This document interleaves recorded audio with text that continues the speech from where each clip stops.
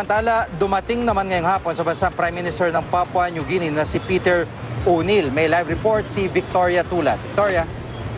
Jiggy, pasado alas 4:30 ngayong hapon nang lumapag sa Villamor Air Base sa Pasay City ang eroplano ni Papua New Guinea Prime Minister Peter Charles O'Neill. Sinalubong siya din ng Department of Education Secretary Brother Armin Luistro, Philippine Ambassador to Papua New Guinea Bienvenido Tejano at Manila International Airport Authority General Manager Jose Angel Honrado. Kasama ni O'Neill ang kanyang Senior Protocol Officer at Close Protection Officers. Pagkatapos tanggapin sa Kalayaan Hall ng Villamor Air Base ang delegasyon, agad din silang umalis.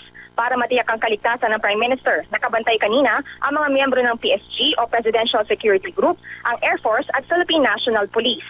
Ang 50 taong gulang na si O'Neill ang ika-9 na Prime Minister ng Papua New Guinea. Naupo siya sa pwesto noong 2012.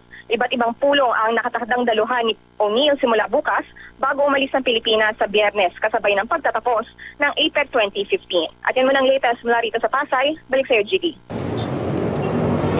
At Victoria, dito nga sa pagdating ng mga leaders, may sentimiento ba na naririnig ka kaugnay pa rin ng issue ng laglag bala o totally sa pagsisimula ng pagdating nila, nabura na ito?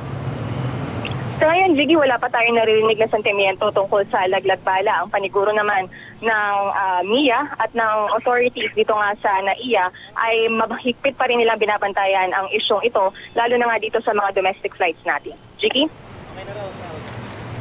Meron pa bang may expected pa ba ng mga leader na dumating ngayong gabi dyan sa NAIA? Sa pagkakaalam natin, Gigi, nakatakda rin na dumating mamaya yung mga officials mula sa Hong Kong. Sa initial na schedule, alas 10 yan ng gabi, pero i-check pa rin natin mamaya, Gigi, kung mayroong pagbabago sa schedule na iyan. Gigi? Maraming salamat, Victoria Tulad.